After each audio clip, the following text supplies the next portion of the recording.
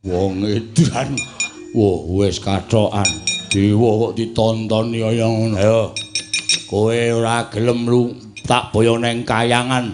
Jabut nyawamu sukmamu sing tak go.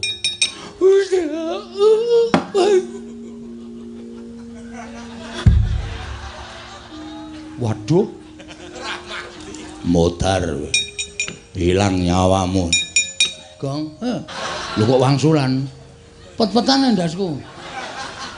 Iso tangira? Iso. Lho. Iso omong. Isih nyawane papat Lho, ki sapa iki? Bromo. Wedian. Kowe Bromo? Iya. Berarti sesuk ning radio-radio kae. Dudu. Bromo Kumbara? Udu. Adimu ndi? Sapa? Mendili. Mandili. Lagi iki lho Janaka Armanah kok kuwalik. Aduh. Wis mlayu wonge kok aduh-aduh ora.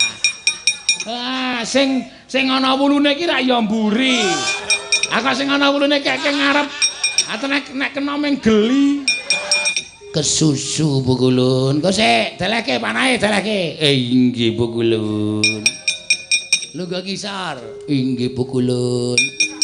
Janaka, kula wonten dawuh Bu Kulun. Lha tak takoni, ulun ki sapa?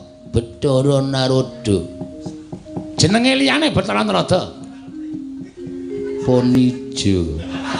Ponijo dengkul kita kuwi ora. Sinten Bu Kulun? Kaneka Putra. Nah, Kaneka Putra Bu Kulun.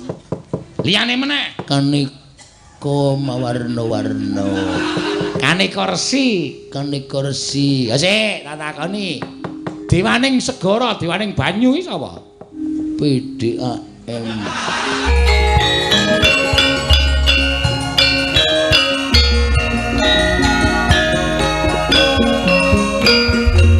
Al-Fatihah tujuh Kiseno Nugroho. Bismillah. Kono wong kok malak. Malak piye? Kancane tangane loro kok iki papat. Ya diantran karo sapa-sapa kok ora ndi. Gong wer tok petok. Iki Bathara Guru ya, Nyok. Weh. Lho kok yaene lagi menyang. Murid le ngenteni ra ya Ciraka to. Wedhus. Kuwi Bathara Guru. Dewaning para dewa sing lenggah ana ing kayangan. Walah Kulon Praga. Kulon Praga ngendi ajare Sri Kayangan. Kayangan Suralaya. Lho ya apa, Cak? Kok Cak piye? Jare Surabaya. Kuping iki nek bosok ora. Suralaya, Sang Hyang Manikmaya. Ya Jatimurti. Kuwi adine bapak. Wah. Selamat Om. Wah, aku kok malah merindang-merinding ya, Tru. Aku sing keweden ki aku Bagong kok ya kepenak wae lho. Heeh, aku ya gumun. Om pilahing. Lho malah janturan. Awigna mastu namat sidam. Bagong halus wangsulan. Kula Sang Hyang Pukulun ulun ngejawantah ana ing wisma kita. Piye iki? Ulun ki sapa, Mbak? Ulun ki aku. Antil modar we. Jare Semar ganti Ulun, engko ganti Ki Ageng. Ora positif. Wah, suwe iki le ngedongke Bagong suwe. Ene tak andani ngene. Basa Dewa, kuwi nek ngarani aku Ulun. Iki sing positif piye? Ulune iki apa kowe? Aku ki Ulun, kowe kita dengkulmu mlocot. Aku wis terkenal Ki Lurah Bagong ganti Ki Lurah kita. Luweh ora omongan. Bagong, dalem ulun kuwi aku. Ah, telu saiki. Ki ulun. Kita kuwi kowe. Ora masalah, aku kita dhewe ora masalah kok. Dibut telu ya ora masalah. Pak, kowe iki wae sing ngendika, Pak, nek Bagong ora rampung-rampung. Kakang Semar. Apa guru?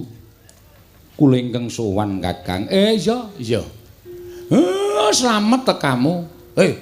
Basa Mil. Karo dewa kok ora basa. Iki adine Semar, Gong. Ayo aku mau nyeluk Om kok ora diwangsuli. Kowe aja nyeluk Om. Kuwi iki guru adiku. Slamet tekamu, Guru. Pangestunipun Kakang Semar. Niring sambi kala. Kula ngaturaken bekti, Kakang. Ya tak tampa. Bekti kula pukulun. Dari Bathara Guru kok pukulun. Bathara pukulun apa Bathara Guru? Ya nala gareng ulun tampa. Pangestu ulun kebat kita tampani. Wah, kitane tambah siji. Reng. Ngapa? Kowe raku grup kita. Ya, sakarepmu. Kula ngaturaken bekti kula kunjuk pukulun. Iya, Petruk ulun tampa. Pangestu ulun tampanana kebat kita tampani. Telu saiki. Kitane tambah siji. Petruk ya melu grup kita. Weh, gareng ki curang kuwi. Mau melu grup ulun saiki grup kita. Sing positif lho. Bagong. Nun. Apa to sababe dene jeneng ulun praptana ing wisma kita? Niki malah angel lek kula jawab. Wong sampean sing rawuh kok sampean paring pangandikan apa to sababe? Ambuh. Kula ora iso maca batin panjenengan. Bagong, kita kuwi pancen keladuk wani kurang geduga. Mekaten inggih. Kula ngaturaken bekti kula kunjuk ngersa paduka pukulun saking kita pukulun. Iya, ulun tampa. Nggih. Pripun ulun? Rawuh panjenengan ulun wonten ing omah kula menika wonten wigatos menapa ulun? Kita nyuwun priksa kelawan jeneng jeneng Rika ulun. Kakang Semar. Piye? Aja sambat mumet lho. Dewa kok mumet ya ora ana. Nggih. Anggen kula prapta wonten ing mriki krana kula menika midhanget dhateng prasapanipun titah. Wondene titah ingkang prasapa menika kala wau mboten sanes kejawi namung Bagong, putranipun Kyai Semar, Kakang Badranaya. Monggo sejatosipun Bagong menika rak sanes putra panjenengan, Kakang. Nanging menika dumados saking wewayanganipun Kakang Semar. Duk nalika Kakang Semar minggah wonten ing Kayiwangan, nyuwun rencang dhateng ingkang rayipun Jatimurti tumunten kula sowanaken Sang Hyang Bathara Tunggal. Dening Kanjeng Rama ayang-ayanganipun Kyai Semar dipun puja wujud lare inggih menika Bagong. Ateges Bagong menika kekiyatanipun meh sami kalian Kakang Semar tinimbang nala garing menapa dene Petruk. Mila sakmangke wangsul wangsul kula wanti-wanti Bagong menika menawi ngucap sampun ngantos ngawur mangke mindak kedadosan saestu amargi ngibaratipun Bagong menika idu dados geni. Ngapusi. Kok ngapusi piye? Aku wingi ngidoni uwuh ora kobong. Aten enek idu dadi geni do kaget kabeh. Angger tak idoni nyas. Maksude itu dadi geni iki sak ucape dadi. Oh, ngono ta. Iya. Mila sasampunipun Bagong menika kala wau prasapa utawi sumpah. Kakang Semar mugi dados ning kawuningan kayangan geger.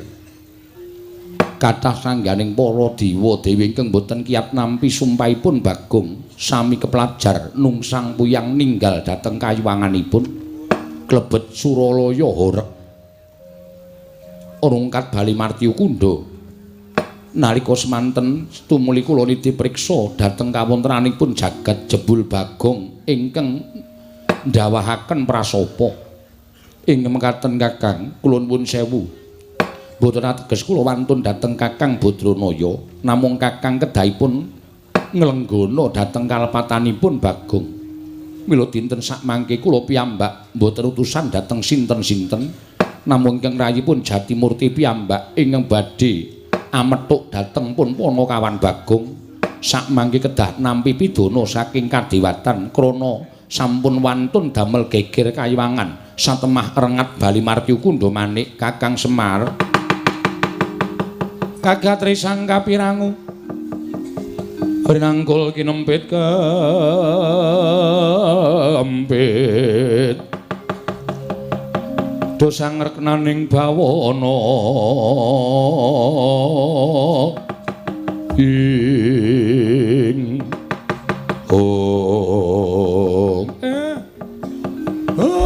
pancen aku nglenggana lupute anakku pancen wis pancen disengaja mula guru mbok ya aku wene ana pangapura ora Bagong sing njaluk pangapura ning bapakne Bagong sing njalukke pangapura karo Bathara Guru supaya anakku Bagong aja nganti diboyong eneng kayangan aja nganti diwenehi pidana merga nggone wis keladuk wani nibakake sumpah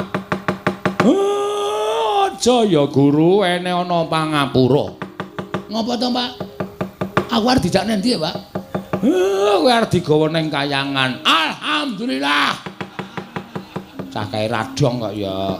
Kowe kok malah alhamdulillah ki apa? Weh lah, arang-arang wong sing ngerti kayangan ki. Pukulan, kula sagah dipun beto wonten kayangan. Kok tapuk sandal cangkemmu. Ngapa e, Pak? Ngapa e, Pak? Kok ngapa e, Pak? Terucat. Ngapa e, Pak? Kowe diboyong Bathara Guru ning kayangan kuwi arep diwenehi pidana merga kowe wis tau tatesuki lagi wae sumpah.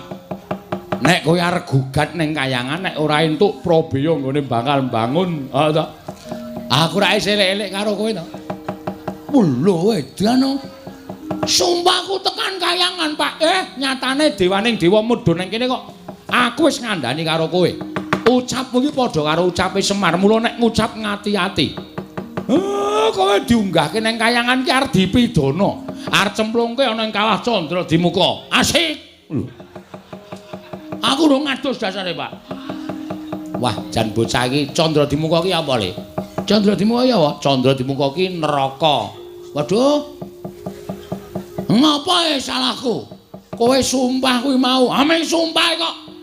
Mesa sumpahe Bagong kok gawe geger kayangan. Bagong, pripun? Mula gelem ora gelem kowe kudu tak boyong eneng kayangan dina samengko kanggo nglunasi apa kang dadi utangmu kanggo ngapokake aja nganti sira wani ngucap ingkang sak kepenake dhewe weh lah ya emoh yen kita ora gelem kita bakal ulun ruda paripeksa jalanan prapta ulunana ing wismamu wis nganti sak kathahing para durandara para jawata ingkang bakal ngruda peksa kelawan kowe Bagong. Mula wektu dina iki Kakang Semar kula nyuwuni dipalila dhateng jengandika Kakang Semar Bagong badhe kula boyong. Mangke kados pundi kawontenanipun Bagong menika wonten purba wasesanipun ingkang rayipun Manikmaya. Kosek. Adile wong luput ki njaluk ngapura. Mongko sing njaluk ngapura ora anakku. Sing makili bapakne njaluk ngapura ewadene adreng. Nggonmu kepengin boyong karo Bagong. Saiki ngene wae. Gandeng aku lek ku njaluk ngapura karo kowe, kowe ora wangsulan mbok tampa apa ora, aku tak nanting karo anakku. Bagong, pripun, Pak? Nek kowe digawa Bathara Guru ning kayangan sago apa ora? Sago.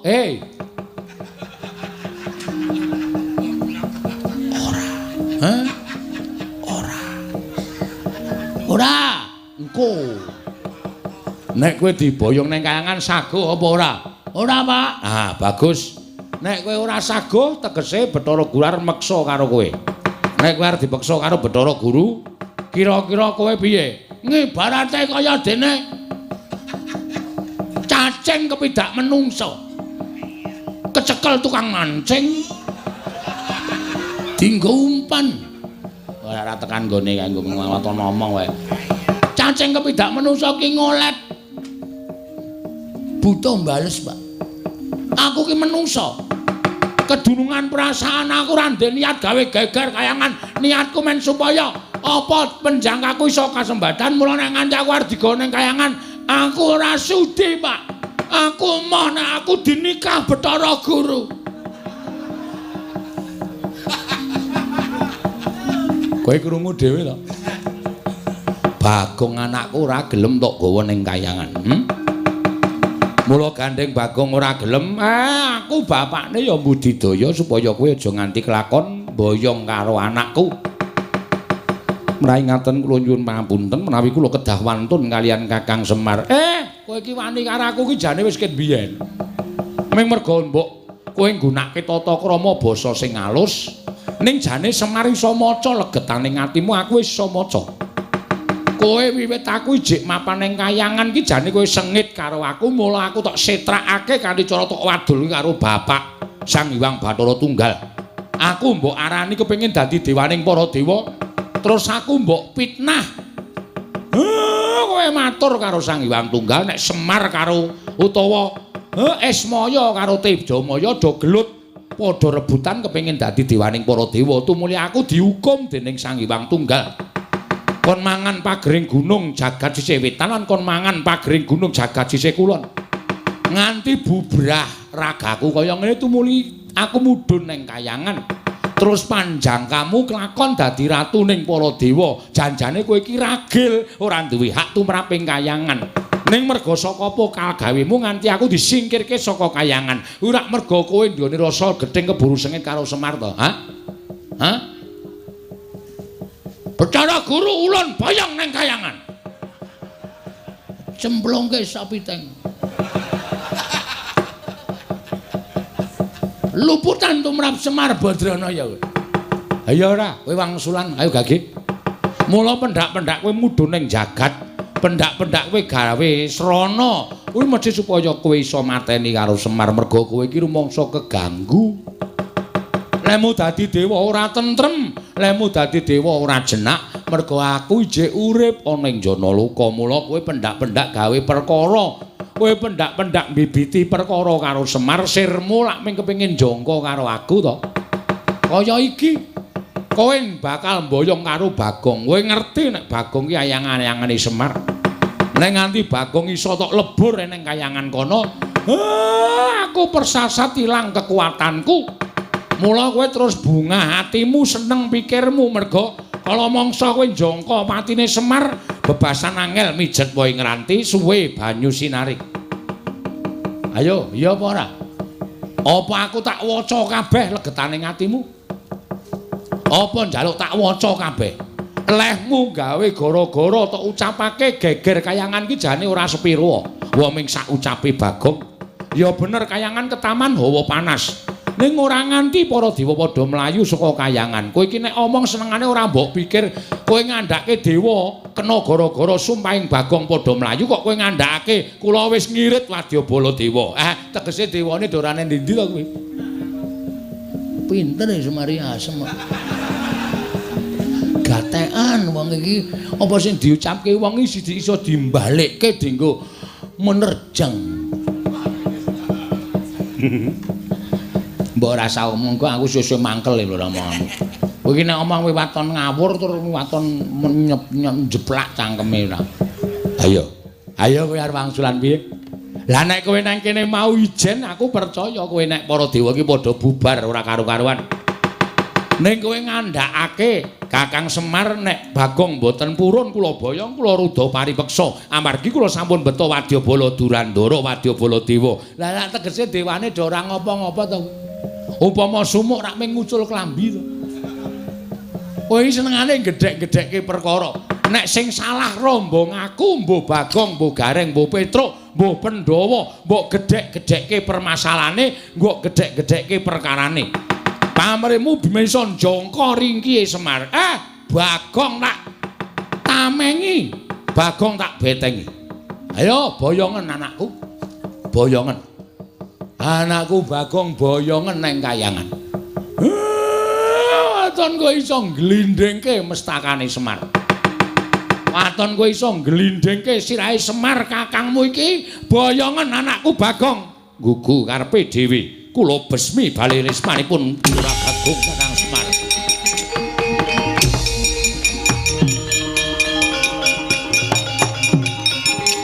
Matur nuwun, Pak.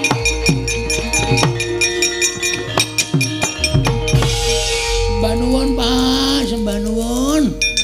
Nek mboten wonten Bapak, dados napa kula? Matur nuwun nggih, Pak.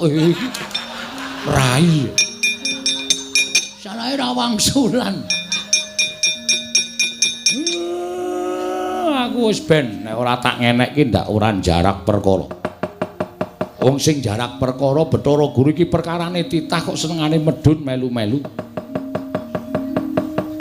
Malah niki anu, Pak. Bebasan napa jenenge? Apa terus jenenge, Tru? Apa? Lho, apa jenenge? Peribahasae lho. Peribahasa apa to? Sambil menyelam minum susu. Nah, minum air. Sambil menyelam minum air. Tegese ngene, Pak. Bathara Guru nek iso kalah jaluki Probaya nggo mbangun desa. Ada, Pak? Setuju ta, Pak? Kowe iki pikiranmu kok mung arep ngerampok wae. Lho, ayo dilairke iki didadekke copet. Dadekke copet dong. Wis engko gampang nek Bathara Guru engko kalah karo aku, tak jaluki Probayane aja kuwatir. Asik. Lakon minggu ngarep aku gotong royong. Ngecor dalan. Ngarep omahku tak gawe kandele 20 cm. Dalan liyane tak gawe 5 cm. Ora jenenge wis urip to kowe kaya ngono kuwi jenenge kowe iki apa jenenge mulyake awakmu dhewe. Nduk liyane gampang jeglong nggonamu ora apik kaya ngono. Bagong wis nek ngono kowe ora usah melu-melu. Petro dalem, Pak. Rene. Bathukmu ndi? Enggak. Mungsuhmu engko ora bain-bain para dewa. Ya, nggih. Tak dilat mbun-bunamu, kowe ora kena lara luputing pati. Kowe ditamani gaman apa-apa ora temomo. Kowe mungsuh dewa menang bengi iki. Estu, Pak. Domongi kok. Matur nuwun. Adimu belani? Nggih, ngestakaken dawuh. Mbun-mbunan kula, Pak.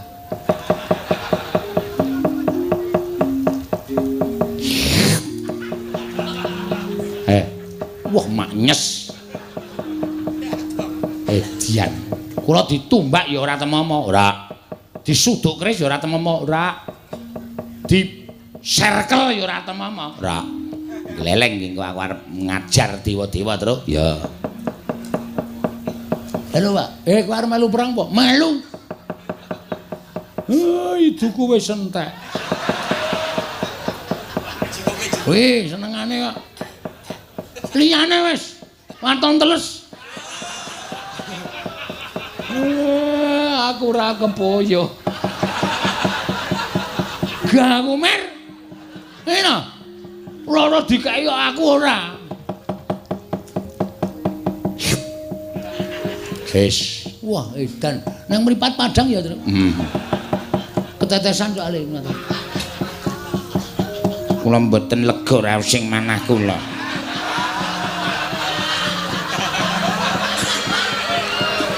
Menawi mboten belani iki Lurah Bagong. Bapak Marasepo, kula nyuwun dipun dilat. Supados kula digdaya. Bagong piye iki? Ora apa-apa, Pak. Yakin? Iki anakmu apa? Iki anakmu padha karo kulit dagingmu. Kowe engko ndak duwe panyokro bawa sing ora-ora karo aku. Iki sing njaluk bojomu lho. Ora masalah, men bojoku gleleng. Ngombok menawa melu perang ya nem. Nggih. Monggo iki Lurah Semar kula aturi ndilat dhateng kula. Bagong piye, Bagong? Waduh piye ya? Nun, bathuk. Oh nggih. Lali kula. Yen pangapunten Bapak Semar ngen bathuk. Ngono bungkuk ora.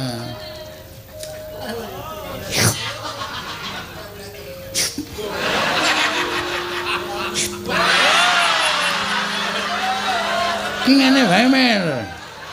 Ya saiki dijajal kadek dayane. Bapak ana menang sapa? Aku wis rong sasi ora lho, Mer. Kowe kok kumo wani ora. Kegedengkelmu, Mbak. Wong penyanyi kula niku kalian bapak menika sampun kados anak dhewe. Amun de panyongkra buwon sing mboten niki ming demi keamanan supaya mengken wonten dewa sing mlebu wonten ing bale wisma panjenengan menika kula ingkang adepi kula wusu. Oh bojomu iki anu apa mbiyen olahragawan pencak silat to. Heeh. Wah kuwi pothok mbiyen. Ngarat boto papate prel ngono. Padha aku. Aku ngarat kerupuk 8. Oh kerupuke. Aku wae kuat lho. Mung kerupuke kok dipamerke. Petro dalem, Pak. Nala Gareng Bathara Guru nek pancen nggawa wadyabala. Dewa dirampungi. Oh nggih, ngestaken dawuh. Aku meling karo kowe ya. Dewa ki malati, nggih. Mula nek ngantem dewa ki aja nganti ngantem nggon rai, wis ora kena. Mergo kowe wis dipesthekke karo sing gawe urip. Nek dewa ki pancen duwe derajat lan pangkat, nek diantem nggon sirah ora bakal kena. Waduh, terus nggen pundi? Ngantem dewa ki dada medun. Dada medun. Pupu angsal entuk. Weteng angsal entuk, waton dada medun. Ya, Tru ya. Ha iya. Omongi. Nek diantem nggon weteng ora apa-apa, nggon pupu ora apa-apa, diplotot wae. Kuwi le mari 3 dina ora laran-laran kuwi. Nganti suwane matuk ngono lho. Bagong. Awi pusaka. Ha iya. Kelemane nang kono kuwi. Nala Gareng karo Petruk kowe mangkat to dhisik. Sendika ngestaken dawuh, Pak. Nggih, Pak, ngestaken dawuh. Kowe rasa kuwatir, mengko sing tanggung jawab aku. Sing tanggung jawab aku. Ana murinane Bathara Guru tak tandangane. Tak tandangane, Bagong. Oh nggih, pangestaken dawuh. Wah. Dewa do tekan kene ya, Tru? Heeh. Monggo dewa ki nek mlaku kok ora ngambah lemah ya. Kaya demit ya, Tru? Heeh. Ning ngarepe kaya ngompo awak dhewe sebacut diwenehi jaya kawijayan karo bapak. Nglabuhi karo celeng gudiken iki. Mergo saka niate sing aneh-aneh nganti kahanan geger kaya ngene iki. Jane kuwi ngopo to, Gong? Kowe jane ikhlas ora ewange aku? Nek ora ikhlas ora masalah. Do mulih ngono. Wis mau dikandhani karo bapak didilat bathuke mbun-bunane karo bapak. Men dadi wong digdaya barang tekan ngene ngundhamana wae setan wae. Ya ora kok jeneng aku ora ngundhamana ning sirmu ki ngapa jane kepengin bangun terus kowe sumpah barang nganti guru medun barang ki. Bapak wis ngendika to, jane sumpahku ki ora ana apa-apane. Wong aku mung ngomong apa anane. Ning mergo guru ki jane mung golek dak-dakane pasulayan karo bapak. Pekasan sumpahku kuwi dienggo dak-dakane pasulayan karo Bathara Guru supaya iso tekan kene. Ngerti to? Kowe iki jane ora mbelani aku, ning mbelani bapak. Ha iya. Ha iya. Perang. Lah kowe ngopo? Lho, lenggahan ngunjuk kopi. Nonton wong perang. Biasane kowe iki sing perang karo aku Gareng iki cah ringkih kok. Wis didilat bumbunane. Gareng wis ora tedas apa-apa. Ya Reng, kowe iki ora kok mung ora tedas. Kowe mangan balungane ora tedas ya Reng ya. Sekarang untune wis entek kaya. Maju. Siap. Waduh. Ora tak siapke linmas ki. Ardo tuman ora. Wis tak dadekke keamanan kok. Cangkemmu, lencangkemmu, kok cangkem. Surahmu Sembrono, minggira nek pancen kowe moh perang kowe mundura. Tangane karo Petruk. Heeh, pasrah keselamatan ya, Mas. Iya, aja kuwatir, Dik. Heeh. Truk. Iki dewa apa? Ah iya. Dewa tenan? Dewa iki jare gedhe tur dawa. Ah iya. Sing ngarep iki kok cendhik. Omong ngono kuwi gumantung wong-wongane kok, Gong. Sing ngarep iki ya dewa. Sapa kuwi? Bathara Penyarian. Oh, pacare. Utuh. Bathara Penyarian. Kewajibane nyatet neng kayangan. Mula kok ngendi-endi ballpoint. Ah iya. Sing tengah kae kowe tepung ora to ngerti no. Nderekke sapa-sapa tau ketemu karo dewa, nderekke Ndara Janaka ketemu karo dewa. Sapa kae? Bathara Brahma. Dewaning geni. Jane wis apik wis surut ning sing mburi dhewe kok ora imbang ya. Ora imbang piye? Ngarep ro ngarep, cilik musuh cilik, dhuwur musuh dhuwur. Aku kok malah entuk gedhe. Monggo mungsuhmu bahaya dhewe kae kok. Ae sapa e? Bathara Yama Dipati. Kewajibane njabut nyawa. Edan. Aku dadi aku untung musuh tukang njabut nyawa. Ha wis karepmu iki pokoke jodone dhewe-dhewe. Ya ana ora sanggup catut. Nah.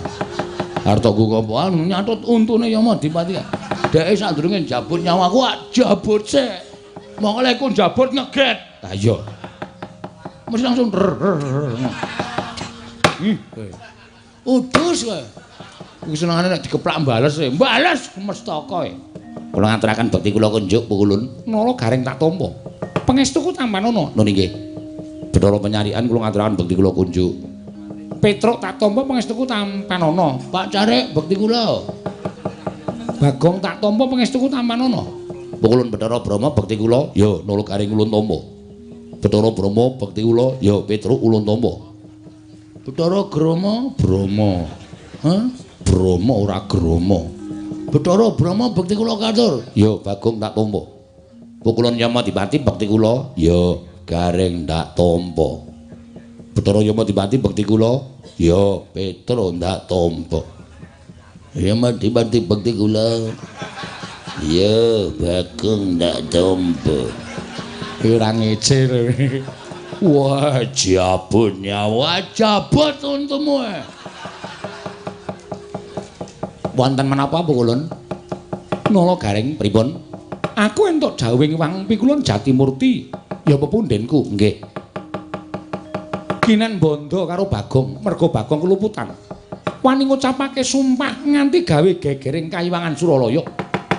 Mula wektu dina iki Bagong bakal tak bondo, tak unggahke ning kayangan, tak cemplungke ning Kawah Candradimukha. Ayo ndi Bagong? Kaya jempalange karo ping Bathara Penyarian. Aku nganti Kakang Pulun Bathara Brahma lan Kakang Pulun Bathara Yama Dipati. Yen kowe puguh ora menehake Bagong aja takon dosa. Kowe ngerti? Pukulun Bathara Brahma kuwi dewaning geni. Keduga bakal ngobong desane Bagong nganti ludes keles tanpa sisa Nala Gareng. Setyaki tinunun, waduh. Gadanira wirang tumandang. Ben Truk. Setyaniku garwanira.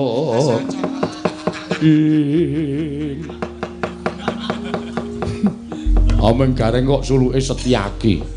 Amen ketok gleleng ora. Sri Baladewa Narpati. Nah iki ngopo iki ora. Ora asah werna-werna to, Gong. Nuwun sewu. Kula wis didhawuhi kalih Bapak Semar kinen mepalangi sapa kemawon sing ajeng gawe kapitunaning Bagong, gawe cintrakaning adi kula Bagong. Ora mawas menapa menika dewa, menapa menika wadi, menapa menika wada. Tetep ajeng kula pepalangi. Lho, kowe wani karo para dewa sing nawedeni apamu? Bagong ora salah ora luput. Bathara Guru tedhak ning Madyapada ngluputke Bagong mendika pawadan nggone sengit karo Semar. Iki asline ngono kuwi. Wah, mbok terus rek. Ayo ora. Terus saiki tak takon karo sampean. Nek ora iso ora usah dijawab. Tak takon karo sampean. Kena apa kok dewa ki ado sengit karo Semar iki jane masalah ya apa? Luwe-luwe Bathara Guru ki kok sengit karo Semar jane masalah apa? Aku tak takon karo kowe. Aku tak takon karo kowe, masalah apa kok sengit? Lho, kowe malah ora basa bareng karo aku. Lho, aku arep gelut kok dadak basa. Ngendi ana wong gelut kok basa? Ketiban asta kula jengkelan kuwandanira. Antene ora serem. Ayo, arep muni piye kowe? Yen ngono kowe wani karo para dewa sing tawedeni apamu. Ora minggat suarep aku tiban tangan kene marganing patimu. Leng, eling. Apa, Tru? Dodo medun. Oke, siap. Reng, eling. Dodo mentuk. Panganan wae lah. Aku brutu ya. Iya, iya. Kene merganing patimu, mang maju. Kula ladeni Bathara Penyarian.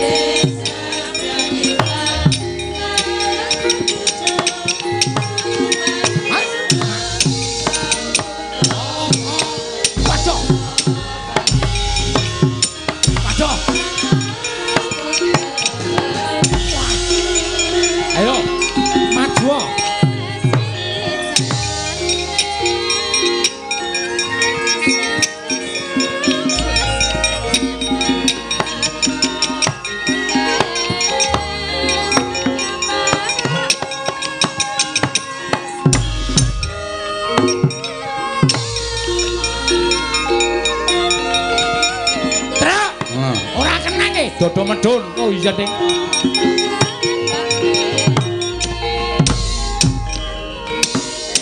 Dian. Ngatek aji lembu sekilan kowe kebarak. Ayo. Milih awakku.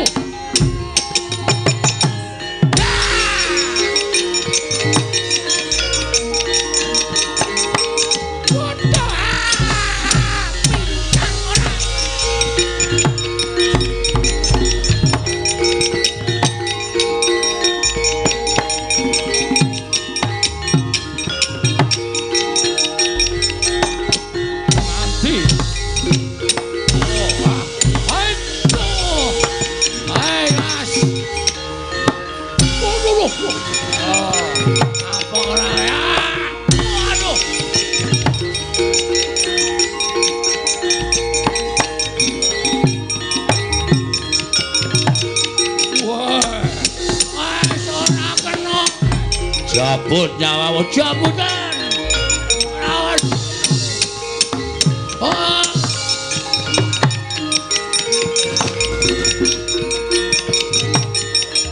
Wedan.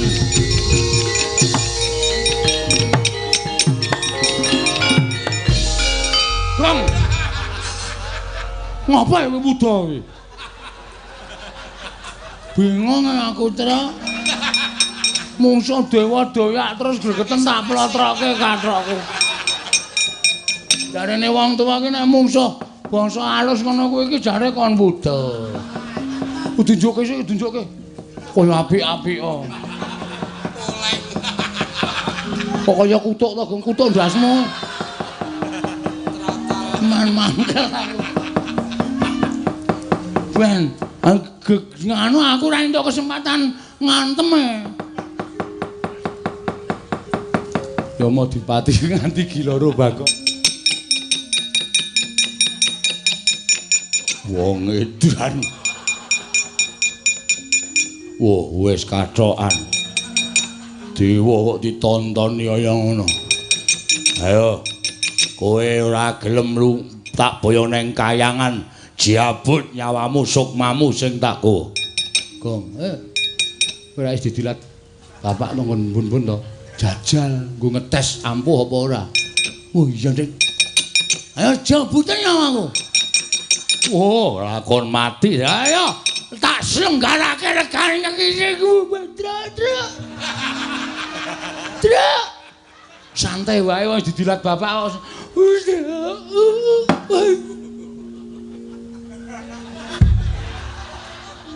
Waduh.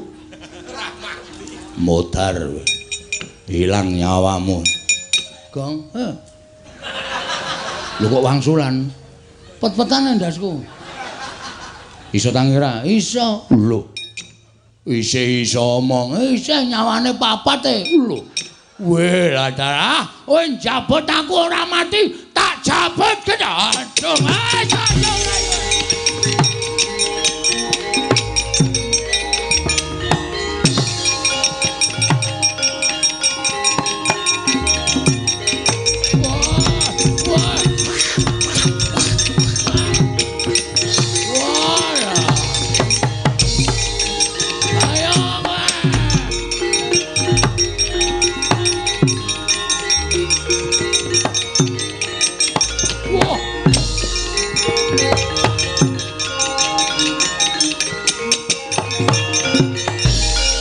Bagong oyak-oyak Kakang Yamadipati. Ki sapa iki? Brama. Wedan. Kowe iki Brama? Iya. Berarti sesuk ning radio-radio kae. Dudu. Brama Kumbara? Udu. Adimu ndi? Sapa? Mentili. Mandili.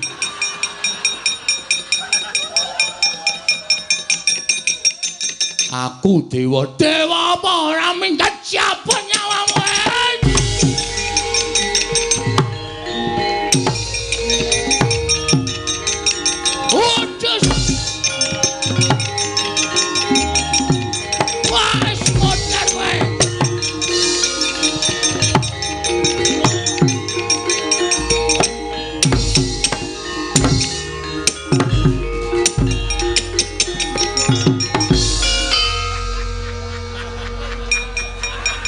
Aku ki nek ngamuk mataku lamur apa ya? Petruk sing tok jabut. Sarae mendono. Ngawur senane ora. Iya, cuman ibaleke nyawane.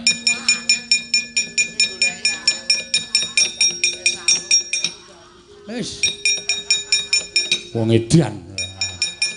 Wong aku tekone kaya ngono ora geger dewa-dewa terus. Heeh. Tak jabut kabeh.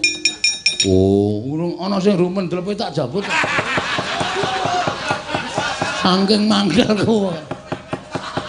Ha iya.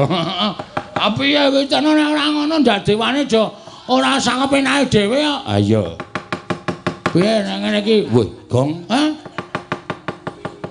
Ora pangling ae. Sapa? Iwang Pikulun Bathara Guru. Ngambah Dirgantara sajake duka tenan kae. Terus mlayu ngayom nang ngene bapak wae. Ah, mlayu naik kene ya.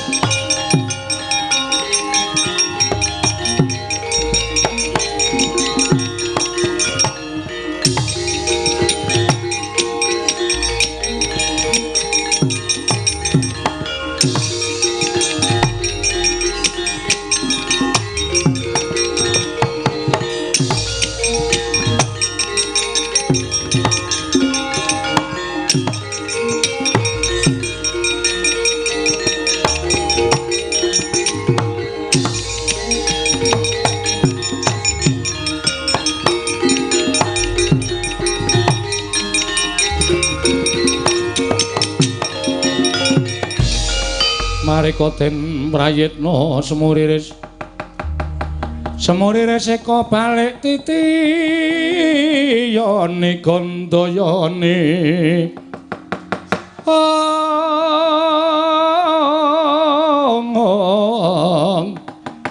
Trisunya purnama sasi gilar-gilaran ing tengah latar. Piye? Dewa-dewa iki nek pakartine ora apik arep derajate dewa karo anak-anakku do mlayu kabeh. Kuwi nandhake nek apa kang dadi niatmu pancen mau diregeti nganggo blendhenge ngangkara. Kula namung badhe nyuwun atmajanipun Kakang Semar inggih menika pun Bagong. Bola-bali tak kandhake to Bagong ki anakku. Lah nek kowe arep mboyong karo Bagong aku mesti ora entuk wong nyatane keluputane Bagong ora iso dibuktekke kanthi nyata. Nanging Bagong sampun kalepatan sak mangke badhe lebetaken wonten ing kawah. Iki pancen ngengkel. Saiki ngene. Nek pancen kowe duwe niat mboyong karo anakku Bagong lan ora iso dindakake apa kang dadi niatmu. Coba tak tanting kira-kira kowe cocok ora? Menapa ngendikanipun Kakang Ismaya? Nek Bagong anakku iki diwakili aku, kowe seneng ora? Panjenengan menika guyon, aja ngapusi karo atimu. Nek diwakili Semar kowe gelem ora? Menawi Kakang Semar ikhlas kula purun. Mesti gelem wong niate ya kuwi sing tok jangka ya ta. Niate ya kuwi sing tok jangka ning sing tok nggo alasan anakku Bagong. Pak, kowe nanti, Pak. Sing nukokke semen sapa, Pak? Wis ben nengke wae wong iki bapak iki mbelani kowe lho. Menawi Kakang Semar purun tetep dinten menika dados ijolipun Bagong kula boyong dateng Kayuwangan. Apa ora gelem? Iki anakku sing tak tresnani, sing jeneng wong tuwa ki natohke nyawa kanggo anake nek perlu apa wae ditotohke aku ora bakal owel. Pukulun mboten namung bapak nek saged kula ya ngijoli karo uripe Bagong. Loro gareng ora sah. Wis ben, Pak, wis ben. Tak bilanane adikku. Bapak wae sing lenggah nang omah, aku sing dadi ijole. Karaku ya ning aja truk.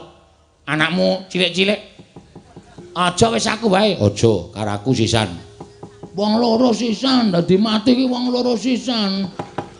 Kowe iki jane nek aku mati seneng to, Gong? Bahagia. Bahagia dengkulmu ora. Aja nala garing aja petruk ning aku.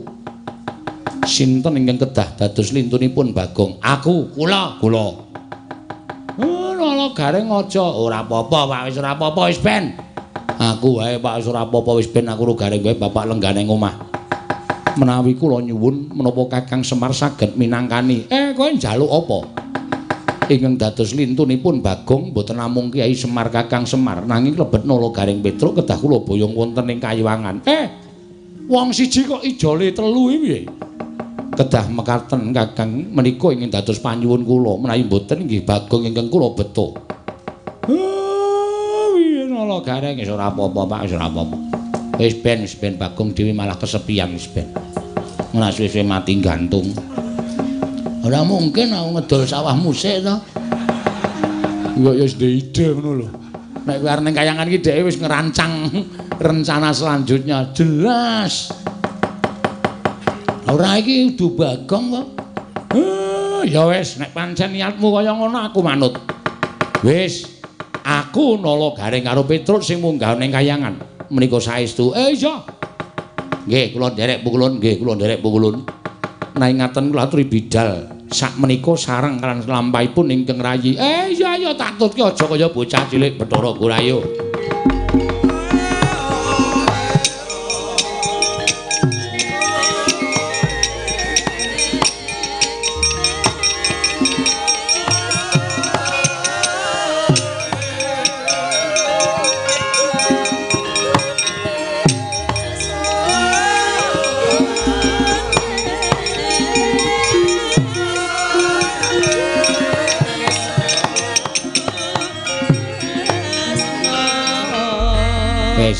Kowe saiki kowe ora percaya karo katresnanku.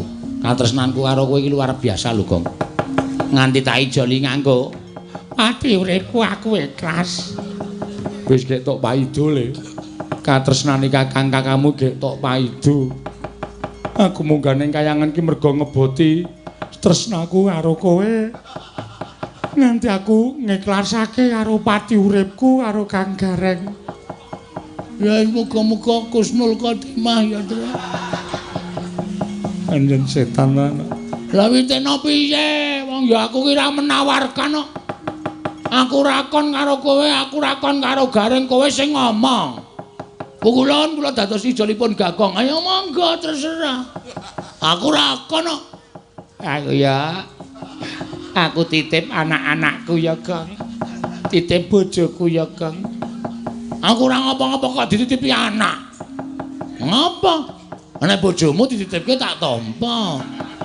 Nek anakku mah ya aja kaya ngono to, Kang. Ora sak kepenake dhewe kaya ngono. Wis ya, Kang, aku tak menyang ruktinen Karang Tumaritis, omahe Gareng karo Karang Kadempel. Mbok tegelan aku antara. Lah ngopo? Aku ora ndek kanca. Aku nek gara-gara kancane sapa? Rasa nganggo gara-gara. Oh, ya wis muga-muga penjangkaku kelakon ya, Tru. Ya bapak ya slamet, kowe ya slamet. Nala Gareng ya slamet mulih kumpul meneh wong papat ya, Tru. Ya. Wis rasa nangis. Ora aku mung gaya kok. Anjing setan tenan. Ya truk mangkat yo nderek bapakku ndak bapak ana apa-apa. Aku tak ngrukti bapak kle.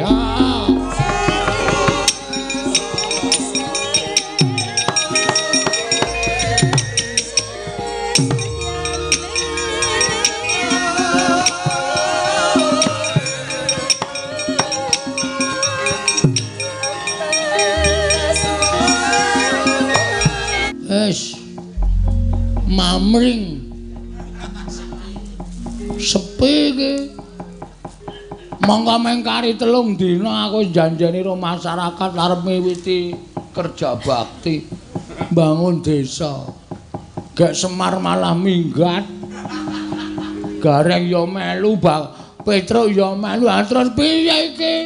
Tak pikir-pikir ketoke Semar, Gareng, Petruk mbelani aku ning jane nginggati aku. Nginggati masalahku.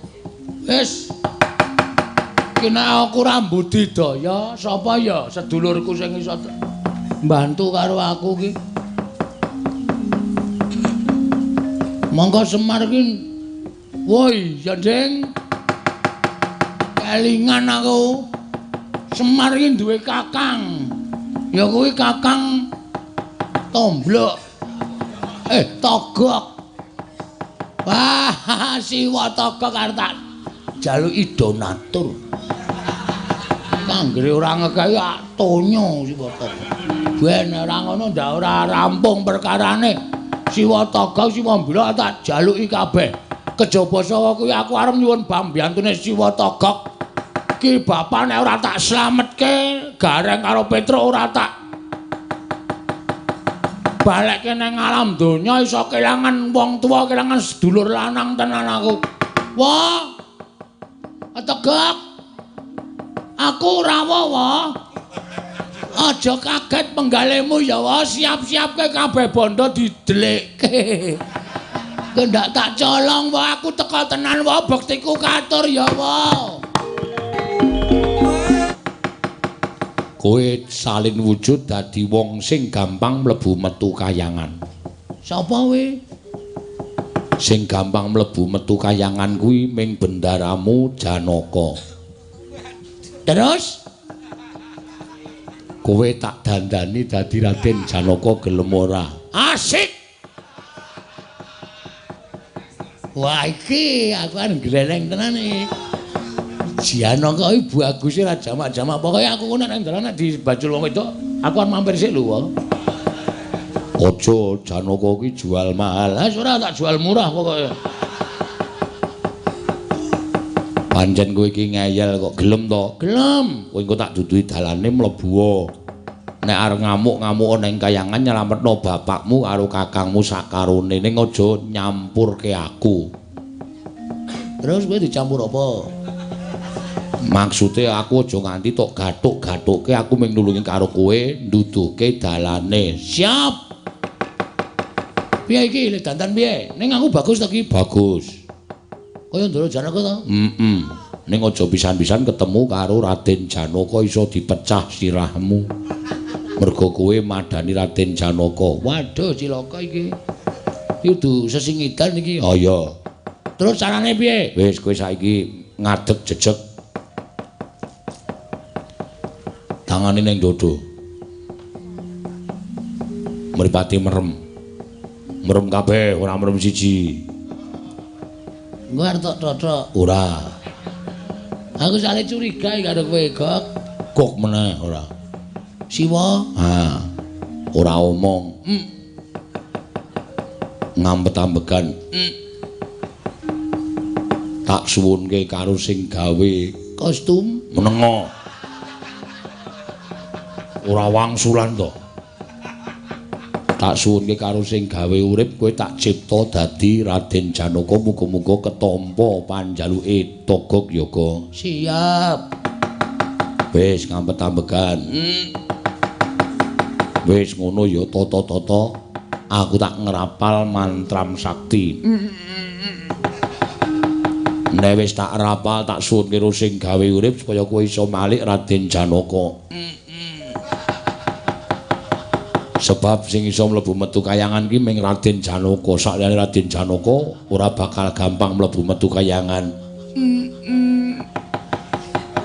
Mula dina iki kuwi arep tak ganti Raden Janaka. Wis siap-siap. Waduh. Wah, suwek cangkemmu lho, Gok. Iki le ngampet wis ket mau omong wae malah pidato. Wis. Ya wis, toto. Wis, tangane ning dodo.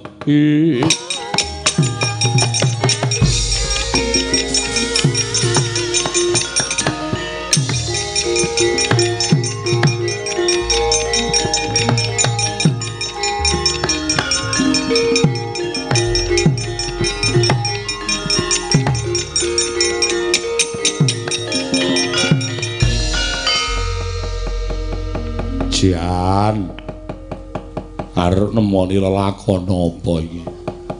Ngapa ya, Gok? Ngiluwa mlebu ning kamar tengah kae ana bifet gedhe ngiluwa. Ra gaya. Kanggre ora Janaka kepruk bata kowe. Tenan aku gak nek jak sepele kene iki.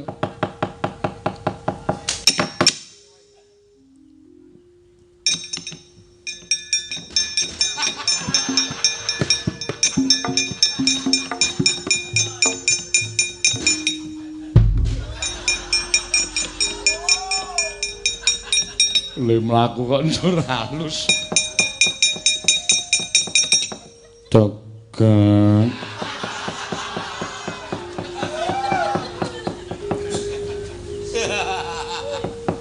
Wis benengke wae. Ngopo?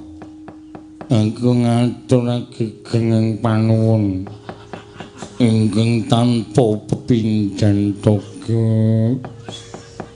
Padha-padha. Aku tuturno dalan sing anjuk marang kayangan Togog. Malah njijiki. Wis benengke wae ora. Ayo melu aku tak mlaku kowe ngetutke aku. Iya to. Raden Janaka nedya tindak maring kayangan. Lamun Cinendra kaya Sekar Puspawarna. Rasangku gending. Aneh ora. Kowe nganggo gending Puspawarna barang apa? Raden Janaka tedak dateng kayangan Suralaya mawi gending lewung. Wes jan malah ora karu-karuan. gedene wong atiku. Gong, Bagong. Ora ngono kuwi Raden Janaka kuwi ora sembrono, ora lucu. Sing tuwajo. Iya Teguh. Murayu dibudalake bebarengan padha numpak bis malam. Wis gek menyangkok malah kowe iki ngrungokke omongane Raden Janaka Petuk kuwi. Malah dadi mumet siraku. Yo melu aku. Ayo engko tak duduke dalane anjung ning kayangan. Iya, pancen mengkono. Ayo dibudalake. Togok ayo mangkat saiki. Togok ayo mangkat saiki. Ya ayo, ya gek mangkat. Ana togong. Ora budal. Yo mangkat yo. Ayo Togok budal dina iki Togok.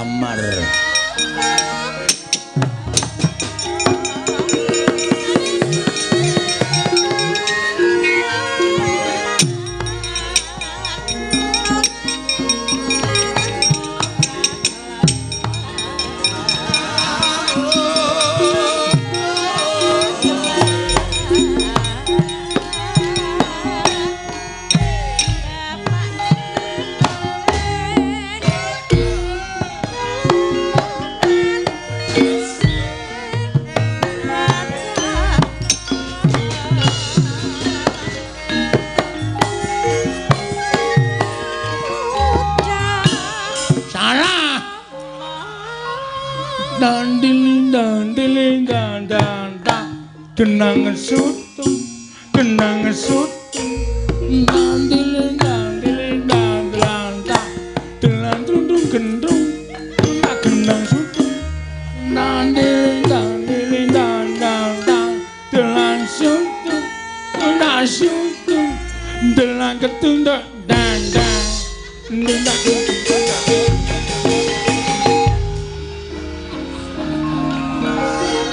wah edan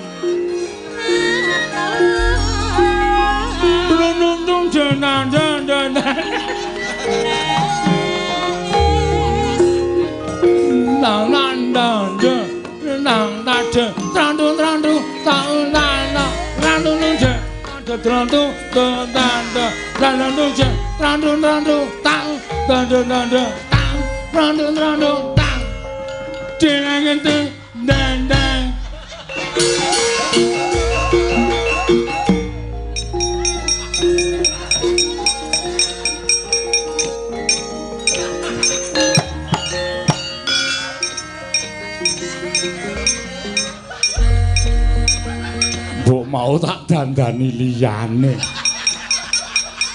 Kok dadi wong desa do guyu kabeh. Janaka kok polahe sak karepe dhewe. Nang tung jen. Nang tumblak kontak tung jen. Nang ngapain mandegok? Lha mlaku ki biasa wae. Wong desa do nang pinggir dalan guyu kabeh. Dong rasane Janaka kok edan. Gah aku nek ngono kuwi engko tak walik tak dandani demit. Gah. Ora kok ngono kuwi. Aja lali suarane Tokyo. Ayo budal Tokyo. Ayo mangkat ora.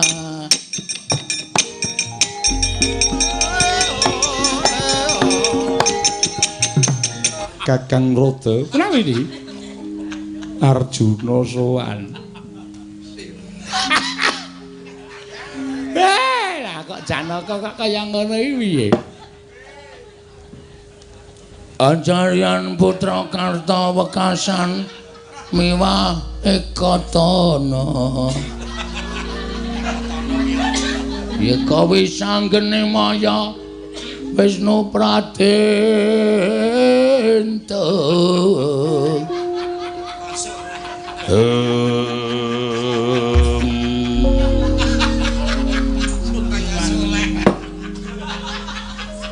Arjuna padha kanthi harja sak praptanira Janaka nenamit lamit pasang kalimantap dinebina ngilo duni dumawaing tawang tuweng pukulun ingkang abdi pun Raden Janaka kula ngaturaken sembah pangabekti kula kunjuk pukulun ya ulun tampa karya bombong tias ulun kula nggih bombong pangestu ulun tampanana Janaka kula pundi jimat paripit dayanana ing kasantosan prayoga nunggon kita lungguh sampun boten kirang kloso pukulun Janaka wayah ulun Madukara. Padha kane raja saprapta kita, nggih. Pukulun Bathara sapa ya? Narada, wilujeng niring sambi kula kepareng kula ngaturaken sembah. Sumengkeming pangabekti kula kunjuk pukulun. Ya ulun tampa gawe gedhe ning ati kita, pengitulun tamanana ya. Mboten cetha. Pangestu ulun tampanana kula pundi nggo jimat paripit dayanana ing kasantosan Arjuna dalem ulun apa wigatine kita sowan sepisan tuwi dhateng mantan-mantan kula wonten ing Kaiwangan angka kalih ngagengaken silaturahmi saiki kok kaya ora awat ya nduga ngono ta.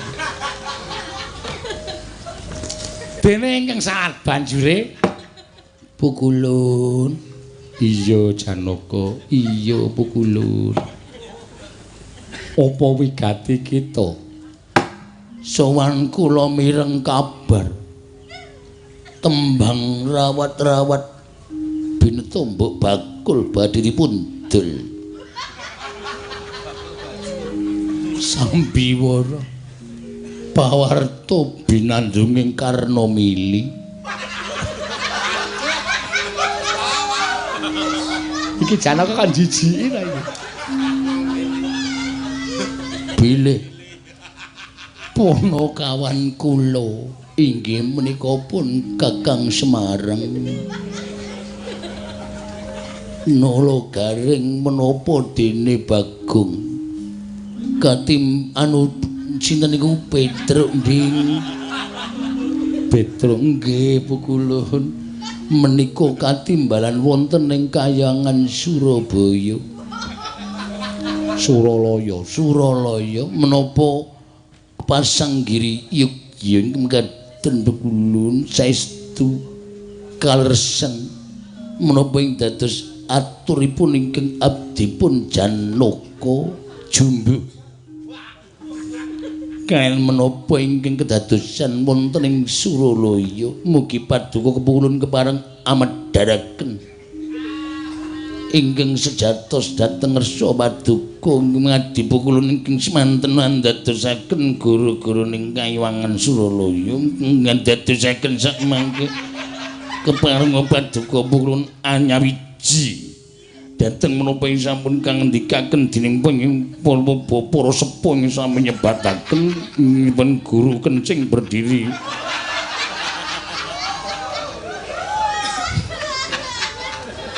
kita kuwi takon perkara apa pukulun kula nyuwun priksa Kakang Semar menapa dipun beta pukulun kok wonten keranjang wonten ngajengan Suralaya pukulun menapa leres yo pancen bener Semar ulun boyong ana ing Kaiwangan bareng lawan Garing lan Petruk.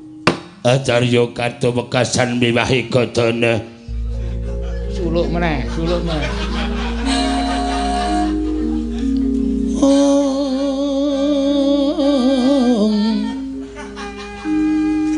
Wis anggene maya Wisnu Pratinta.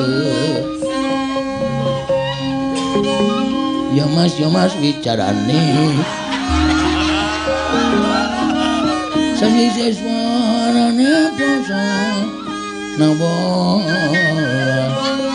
Ya bapak gunjing miring.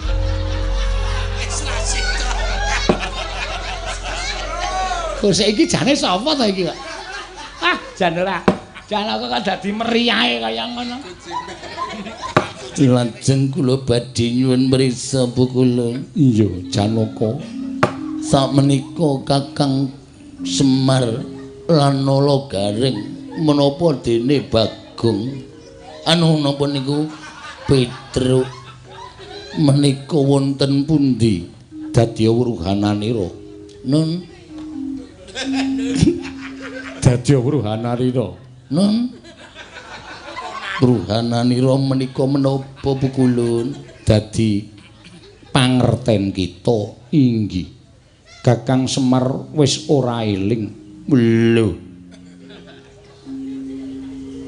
Kakang Semar edan. Tegese ora eling Kakang Semar kuwi Kantaka. Menapa sababipun Kakang Semar Cantaka?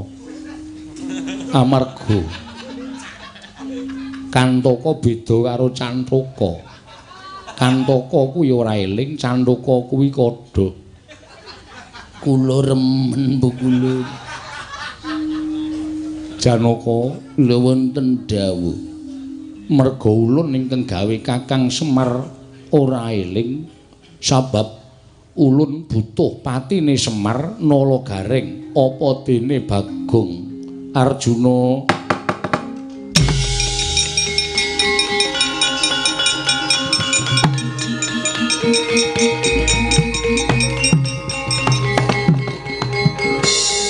Mesti nesu Janaka. Wong Semar karo Garing karo Petruk kuwi abdine kok malah diblakani iki piye? Panci kula jarak Kakang. Lho, kok dijarak? Babar pisan menawi Janaka badhe wantun kalian kula. Badhe kula pejahi babar pisan. Walah, sajaipun sampun murka saestu Adi Pramesti Bathara menika sampun wegah napa warah nampik pitutur becik. Janaka ora kleru ora luput karo dipanteni menika pripun? Janaka wonten dawuh Bu Kulun. Kenapa kita malang kerik ana ing ngarsa ulun?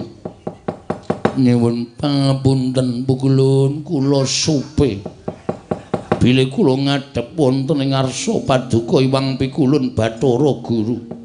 Mugi andadosna ing kawuningan Bu Kulun.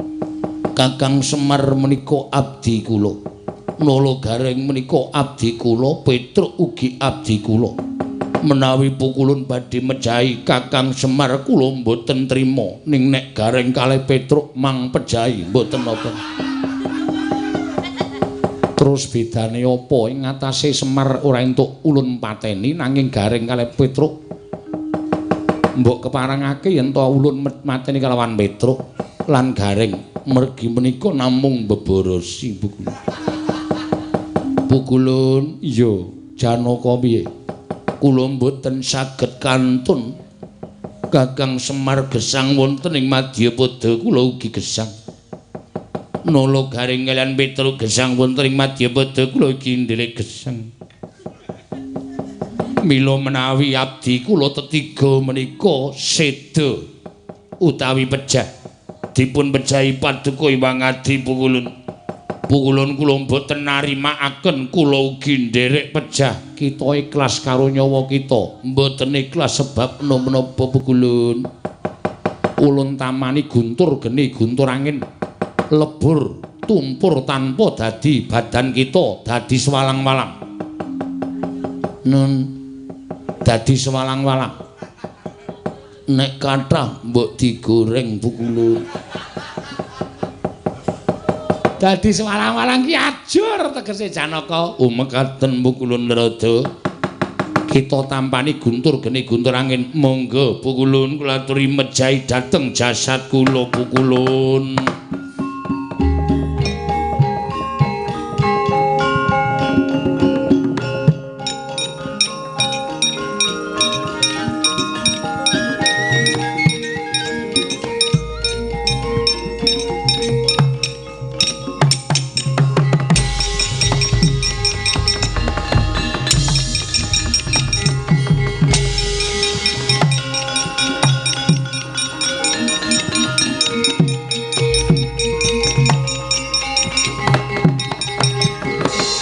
Kakang Trada mboten nginten babar pisan bilih Janaka kuwawa nadhahi guntur geni guntur angin. Janaka digdaya mboten kados dalu menika.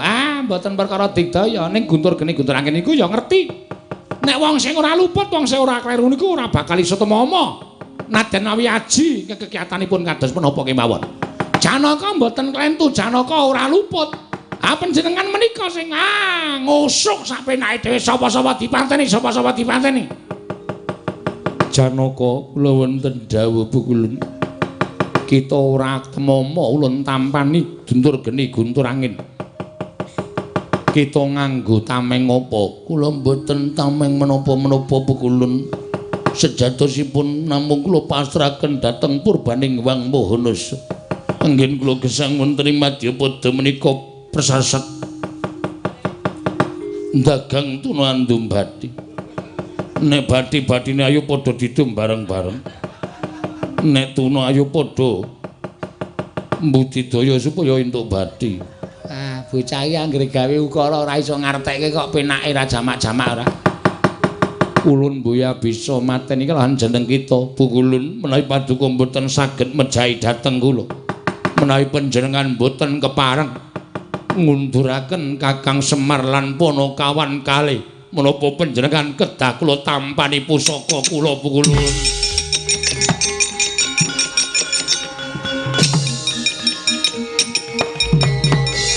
Lagi iki lho Janaka Armanah kok kuwalik. Aduh. Wis mlayu wonge kok aduh-aduh ora. Sing ana wulune iki ra ya mburi. Aku sing ana wulune kek ngarep. Ate nek kena meng geli. Kesusu pukulun. Kok sik deleke panahe deleke. Inggih pukulun. Lungguh kisar. Inggih pukulun. Janaka, kula wonten dawuh pukulun. Lha tak takoni, ulun ki sapa? Bathara Narada. Jenenge liyane Bathara Narada. Ponijo. Ponijo dengkul kita kuwi ora. Sinten pukulun? Kaneka Putra. Nah, Kaneka Putra pukulun. Liyane meneh. Kaneka mawarna-warna. Kaneka Resi. Asik, tak takoni. Dewaning segara, dewaning banyu iki sapa? PDAM. Ngawur. Bathara Baruna. Lupa pukulun. Lupa dengkulmu ora. Dewaning geni. Ayo, saya takon, dewaning geni sapa? Pemadam kebakaran. Aidian ora. Kok sik kuwi jane sapa to? Kok iki sapa? Pukulun, kula pun Arjuna. Arjuna apa Hartana? Hartana pukulun. Kok sik iki suarane kaya ora pangling aku. Wonge glegrak iki. Kowe sapa kowe? Pukulun, kula Janaka. Ayo ora. Kudu Janaka kowe. Ayo nyedhak rene. Nggih pukulun. Ayo mangap. Janaka kok untune doteng pentali terang-karuan. Ana sing wis dijabut barang. Untu nek Janaka pukulun kekilapan menapa paduka pukulun. Menangka dados kami tuwaning Jawata pukulun tentu kemawon paduka pukulun saged maos dhateng badas kula pukulun. Setan iki Bagong lha iki.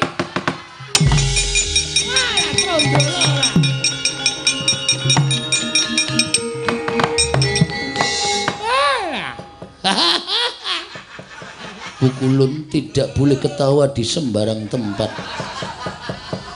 Wah, lah mula ket mau kok tekoe kok nembang dhewe.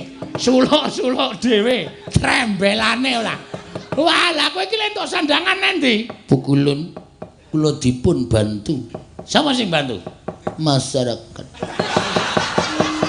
Ora ngawur.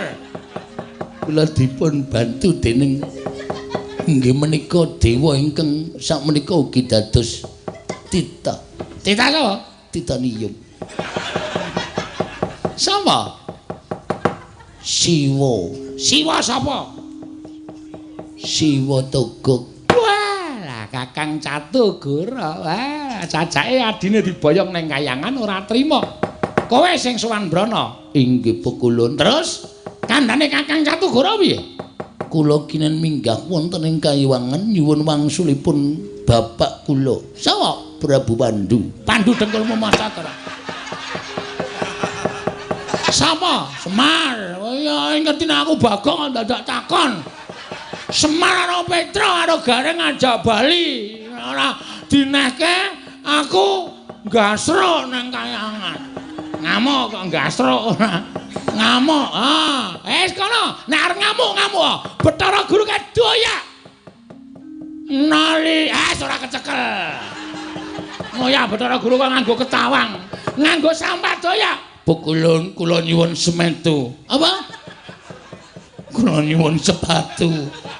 Ora ana. Kula lungsuran nggih gelem Pukulun. Ora ana kok Janaka kok njaluk sepatu.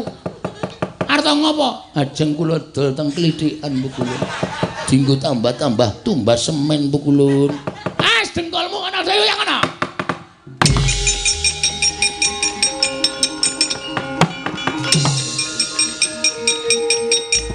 Kapok ora ya.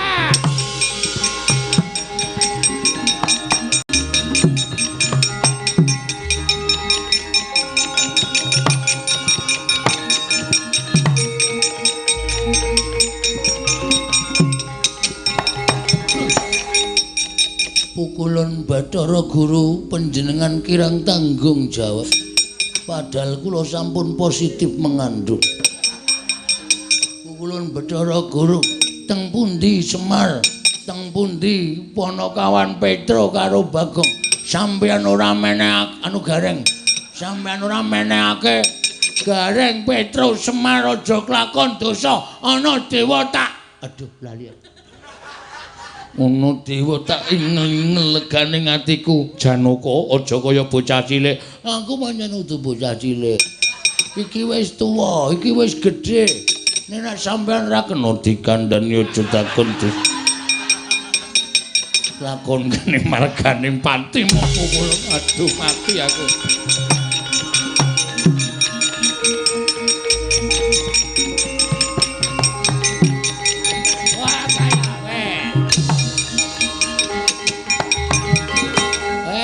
Diwaneni wae nek ora dikene ra kapok-kapok. Pukulun rada piye? Kula menawi ngoyak Bathara Guru tartemtu mboten kecepeng. Lho, kita kuwi duwe aji sepi angin. Samenika sampun kantun sepi banget Kakang. Anginipun mboten wonten. Terus piye? Terus piye? Janaka kula nyuwun mriksa Kakang Semar kali Nala Gareng kali Petruk punten diangenipun ndokok. Ndokok kaya apa wae. Neng pinggiring Kawah Candra dimuka. Aduh Kakang Semar, Kakang Semar.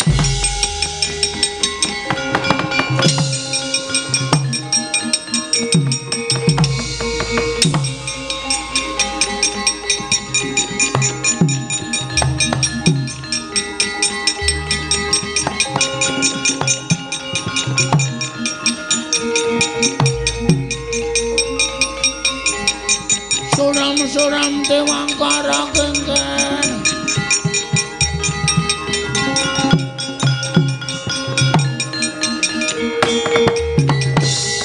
Liam Netra Pracenang Lin nanging sukma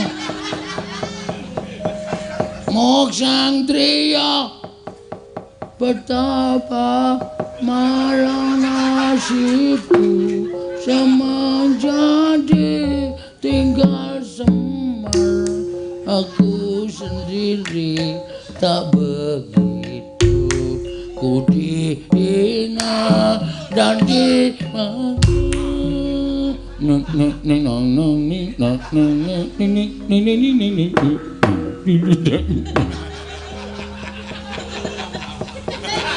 aku disenani wong ora ya nek. Wong ibu tiri kok nganggo umpak-umpak.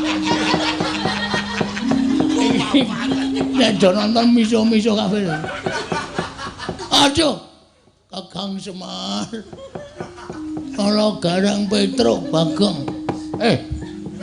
Nala Garang karo Petruk tok.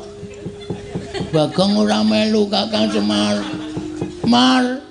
Semar kowe kena ngapa kowe? Kowe kok do ora eling iki kepiye?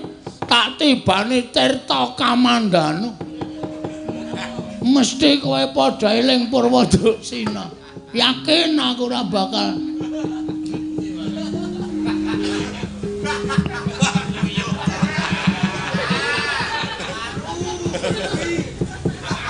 setan ora. Wedhus kuwi. Mulane dienggo mengkurep kok teles-teles. Ndara to. Iya. Kakang Semar. Kula Den, kula ngaturke panuwun nggih Den. Tiba padha-padha. Ngaturke bekti nggih, Ndara. Nolo Garing. Iya. Kula ngaturke bekti matur nuwun pun ditulungi. Ora dadi ngopo. Bekti kula kunjuk, Ndara. Iya, Peter.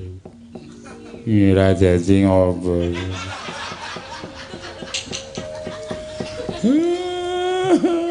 Sampean kok nusul melu bis sing keri dhewe.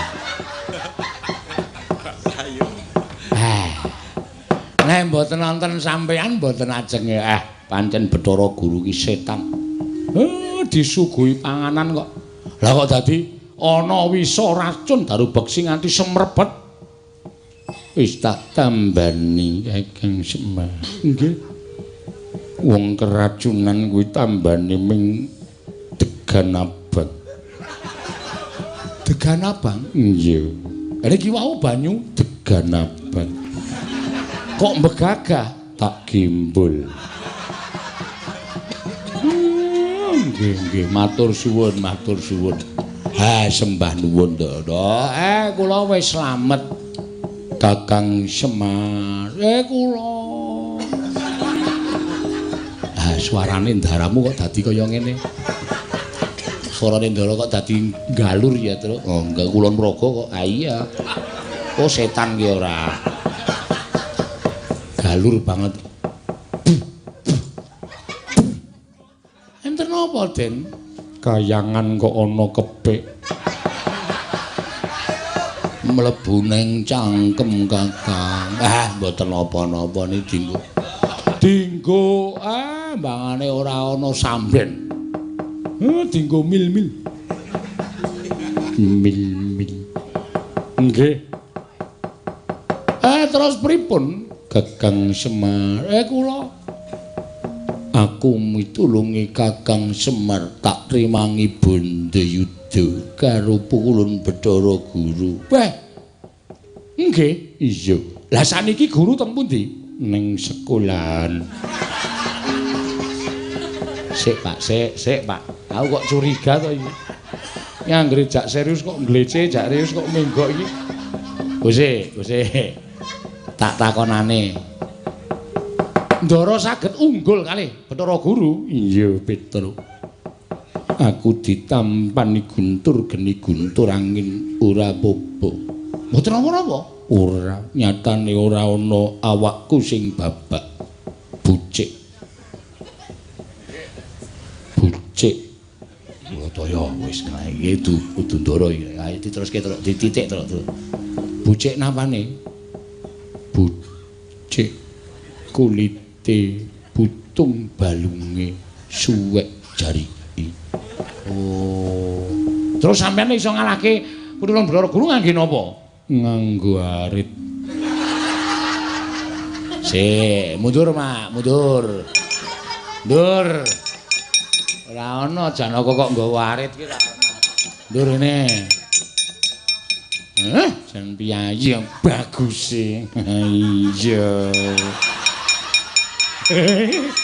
Ketok iki. Janaka dialem kok melu napuk iki. Ini Petro. Ndara Janaka garwane sing teng Madukara pinten? Aduh. Lali aku. Siji Ndara Wara Sudeltri. Utuk. Kuwi bapak mbokne Agus. Wara Sri Kandi. Wara Sri Kandi. Nah, angka 2 Dewi Prastiwi. Kae canda kowe. Sing saking Widara Kandang sapa? Garwa Sembilan sing Widara Kandang. Ayo. Sing saka Widara Kandang. Sak letonge ora. Sik, sampean jane sapa sampean? Ayo sapa? Ngaku wae. Ngaku wae ora gelem aku tak ajar ngono. Ora percaya aku nek Ndara Janaka. Ayo, sapa? Ora ngaku? Wak tubruk cemplung kawah Cadrewa. Iki mereka truk.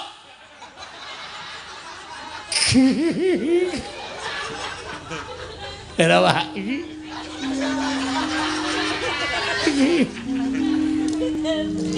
Aku kok kaya ora pangling le bengok. Muni truk. Petro. Ngapa Emil? Cejes ora ya. Apa ora gancane nek wau. Gleleng. Wah aku kok gleleng aku Ayo kene. Semar. Mbuh. Ora sudi aku. Kowe iki nek ora tak tulungi, iki do mati. Kowe do ora ngaturke panuwun malah Janaka duleng-uleng. Ora sopan babar blas. Ora kuwi jane gak usah ndangane sapa ya, Gong? Aja ngarepku. Nyewa ya kuat kok. Ora. Aku dadi persis plek ngono lho, kaya ora nganggo sandangan. Aku sowan Togok Emir. Kakang Togok. Heeh. Aku munggah. Kowe munggah nang kayangan, Gareng munggah nang kayangan, Petro ya munggah nang kayangan.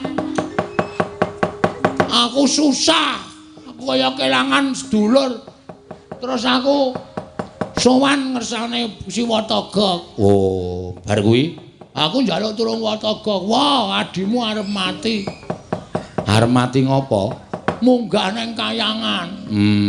Terus ayo kuwi wis aku sik nulungi. Kowe tak dandani. Cara manut aku, kowe njalukmu cara apa? Aku pengen cara Janaka. Oh. Aku munggah nang kayangan mau wis. Gondol. Gondol apa ayo? Tepungan rondo telu. Oh. Do jatuh cinta karo aku. Terus Bathara Guru mlayu saka kayangan. Kowe karo aku rasa lunga saka kayangan. Aja lungguh dampar kayangan ning rasah lunga saka kayangan ning kayangan bae. Sebabe Bathara Guru mesti golek jago. Aku duwe omongno mau. Jalune samene jalune. Jago iki tegese sing arep ngalahke kowe kuwi mergo kowe iki wani karo Bathara Guru kok ya. Monggo biasane nek jagone iki mesti ning Ngamarta ya, Pak. Sajake. Ha iki engko kowe ketemu karo Ndara Janaka sing asli. Duh, aku le salin piye ya iki? Le salin piye? Ha iki nek ora salin dipanah tugel guluku. Cetorene Janaka ya, cetorene ketok ya sing iso mbantu dewa-dewa iki ming Pandhawa kok. Walah, wis. Togok kok asuwek cangkeme tenan kok. Ha iki gawe masalah iki aku. Le salin piye? Gek togoke iki mung duduke dalane tok terus mulih. Penyakit tenan kok. Ora usah kuwatir eneng aku, kowe rasa wedi. Biar modar. Yakin tetep modar nek saiki. Menungso ora tatanan. Wani ngembari marang Arjuna. Kowe sapa ngaku Kakang Semar kok eneng kono? Nderekke bendara kula. Kowe aja edan Kakang Semar, aku bendaramu. Kakang Semar nek edan tak tambake. Rasa kuwatir Kakang Semar. Wah, jan mesa iso wani omong. Iki nek nganti Ndara Janaka engko set njukuk panah tes tus glundung. Dil. Kok dil ngapa? Tembak penalti. Iki ngapa ta saiki iki ngomong apa lho? Aku iki sing ndelok kowe kuwatir kok. Kowe ora gelem ngakoni yen to aku Janaka aja kelakon dosa. Tak pranggal janggamu. Wis mundur wae rasa semaur. Mundur wae rasa semaur. Sing ngolino prapting lalis. Aduh. Ngopo reng ora mentala aku. Kene marganing patimu Raden Janaka. Kaya aja ngembari marang aku. Aku enggak ikhlas. Nang nganti kowe wani ngembari kelawan aku sadurunge kowe maju. Kudu golek ki persik aja nganti geguluk. Omongane ora cetha. Kelakon tibantangan pecah sirahmu murugagi jajalen nek ukurane kurang pas dipernahke. Kakang Semar iki sapa? Bendara kula. Ya aja ngapusi. Nggih to, Den. Iya, Kakang Semar. Nggih. Mati dening aku. Tak cobani Raden Janaka.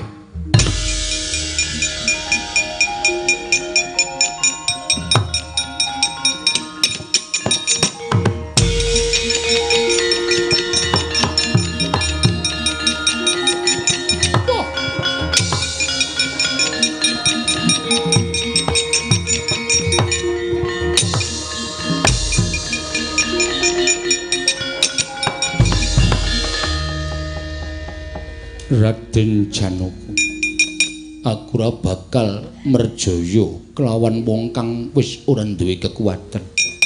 Kowe tak luwari Raden Janaka, aja melu-melu perkara iki cah bagus. Mundur. Edan isin banget kula wong. Janaka dingonokne iki Werkudara piye? Wah, deplok ndase.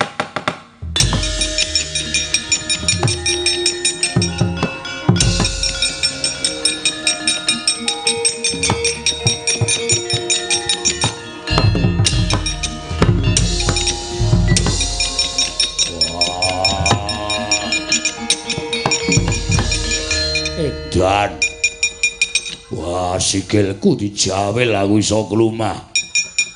Wah aja kok meng kowe Werkudara. Sikilmu tak jawel iso klumah, Kresna kuwi tak jawel iso mengo.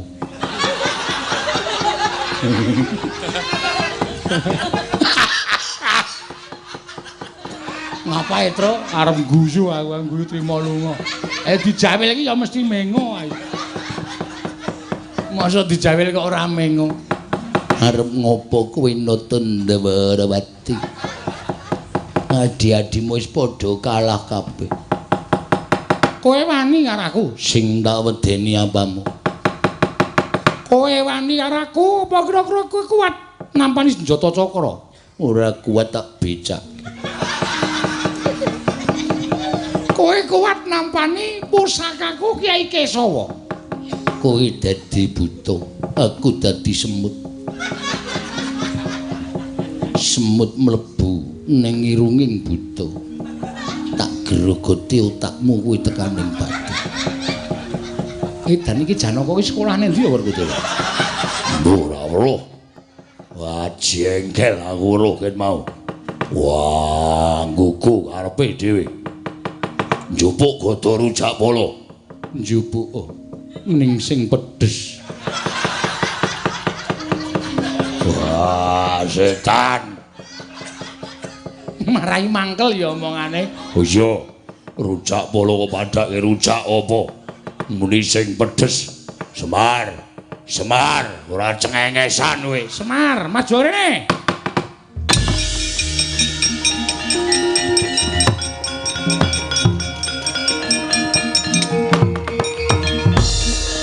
Ora kowe kok guyang-guyuhi jane sapa to? Ndara kula, Ndara Janaka. Uduh. Janaka ki omongane ra kaya ngono. Janaka ki mau wis nganti isin. Lho saiki ning jaba. Kae lho. Mogok-mogok. Kula nek matur mengke ndak. Niki mang sia-sia. Ora. Ana kedadian kaya ngene iki mesti ana perkarane. Perkarane kowe crita. Kula niku mung arep nuruti anak kula li arep mbangun. Napa Ndara? Aduh, aku gak tahu. Lali kula. Bangun desa. Ning ora duwe prabeya, mula kula pengen bantu. Ning gandeng kula niku ya wong saking ora duwe kekuatan apa-napa. Terus anak kula Bagong sumpah. Sumpahe Bagong apa? Nek ora kelakon bangun trima dientengake patine. Ngoten niku lho, Bagong sumpah ngono nggih. Bathara Guru tedhak teng Karang Kadempel. Ngluputke Bagong ning kula niku jare ngerti legetaning ati Bathara Guru niku kalih kula wis sengit suwe. Mula pendak-pendak ana lelakon mesti Bathara Guru ngewangi Durga njangka pati kula ora nggih to? Iya. Mula bareng Bagong aja diboyong teng kayangan merga sumpahe Bagong jare ngoyake Bali Marti Kundamanik. Kula sing dadi ijole. Kula ngijoli anak kula Bagong munggah teng kayangan. Lah kok tenan? Tekan kayangan kula disugata tembung sing apik, sing manis-manis. Kula diwenehi pelemper tangga jiwa jambu dipa nirmala. Barang kula pangan jebul wis diborehi wisa racun. Semrepet kula ora weruh napa-napa, ngerti-ngerti ditulungi Ndara Janaka enten pinggiring kawah. Merga kula diblithuk karo Bathara Guru. Oh iya. Sik to, nek aku tak omong menengo wae. Aku bendaramu Semar. Bendara ning menengo sik. Iya. Ngoten niku lara-larae. Mula kayangan dijeki Ndara Janaka sing niki merga Bathara Guru pakartine elek. Taunana Windanana nek mboten nyuwun ngapura karo Ndara kula Janaka sing niki, ora arep kula balekke teng ngarepe Bathara Guru.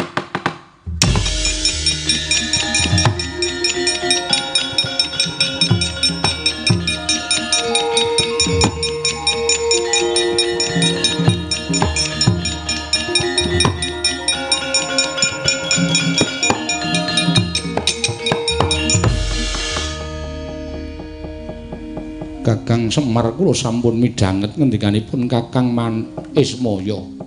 Nek wis krungu areng apa? Nek wis krungu areng apa? Ora trima. Mboten Kakang, mboten. Kula sampun nglenggana ing kalepatan. Kowe kena nglaku luput ning kowe kudu njaluk ngapura karo ndaraku Raden Janaka. Nek ora, ndaraku mesti bakal ngamuk. Nggih to, Den? Bener. Kaya mengkono Kakang Semar.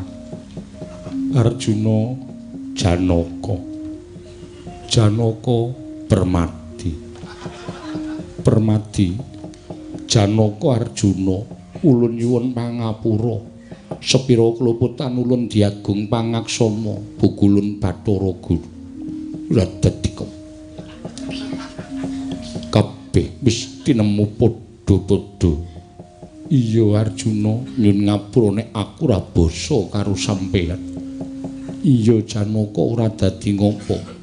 Wondene aku njaluk marang Pukulun Bathara Guru saiki gentiya sumpah prasupa.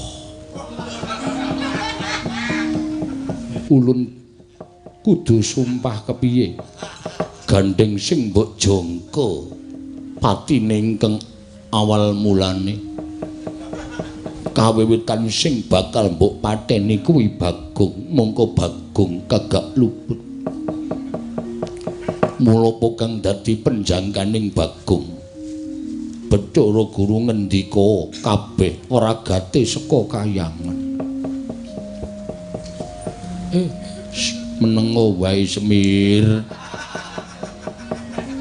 wadon kelakon penjangkaku iya Arjuna yen ketemu karo Bagong kandhakno yen Bagong kepengin bangun desa ulun jangkung yen Bagong kepengin bangun desa kabeh wragat ing metu aja saka Bagong nanging saka ulun sineksen jagat saisine sineksen kiblat papat segara gunung isine ngruna wengi apa kang ulun ucapake sayekti ora bakal lincat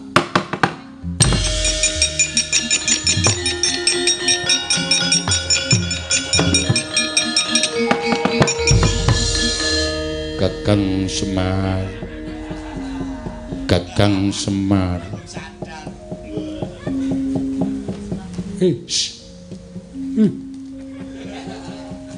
Kakang ngono apa Kakang Petro gawakne pengilon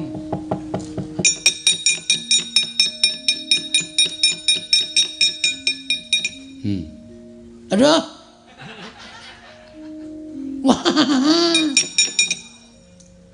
wah malah wah bajigur iki ora apa-apa ning rak Bathara Guru wis eling nggih jebul sing dadi Janaka Bagong nggih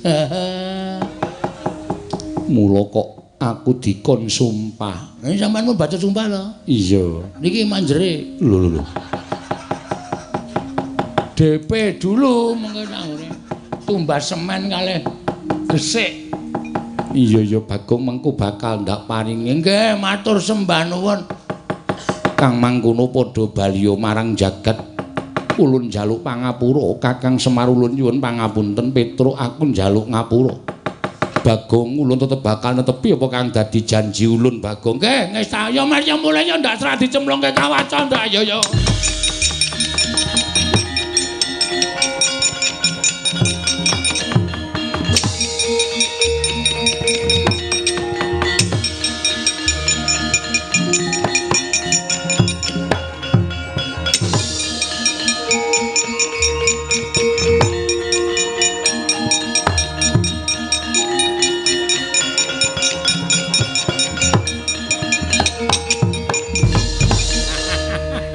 pripun? Lah nek Bathara Guru niku diumutke Sang Hyang Bathara Wenang menika kajen. Lah Bathara Guru dielingke Bagong maka Bagong diajak-diajak nyuk-nyukan teng kayangan dadi Janaka. Mula panjenengan niku aja sok tumindak elek mengko ndak kewirangan. Kula mboten rumaos kewirangan, Kakang. Kok ngono kok ora kewirangan iki dilehke ning ngarepe Kresna ning ngarepe Werkudara. Mendina karo Bagong nek cara kula ya isin wirang bebarang. Namung sedaya dados panodi tumrapipun ingkang rayipun Manikmaya Kakang ing mekaten dados pamecut anggen kula tansah naliti menapa ing badhe kula tindakaken sae monggo Kakang sami ngupakara kayiwangen wangsul dhateng asal mulanipun tentrem ayem niring sambikara ayek ngestaken dawuh di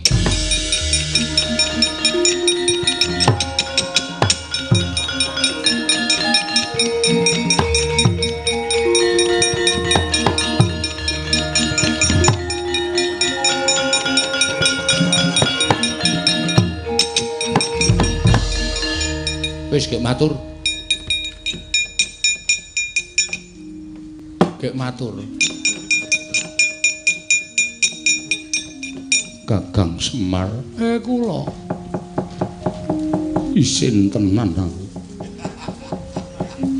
Ing atase ana wong ngembari karo aku kok aku kalah. Gek omong. Cilaka ya Pak iki, Pak. Makan buah si malakama. Ora malakama apa. Aga wis. Matur Ndara. Iya. Niki kula ajeng bangun desa. Iya. Ndara adeng nyumbang pinten? Aku malah sumbangan nes sing dijaluk. Mengko bakal tak paringi Bagong. Alhamdulillah ora luka malah kebak. Iya. Terus ajeng matur. Iya. Ning aja nesu nggih. Ora. Sampeyan mau perang kali Janaka kalah. Janaka sineng kayangan. Upama klakon tak pecah sirahe. Oh, nggih mpun. Piye kok kowe takon? Menggenake kok mboten napa-napa. Jujur. Iya. Ah, setan to karo bapakne kok nuthuk sak penake dhewe. Anu Ndara. Nur pangapunten.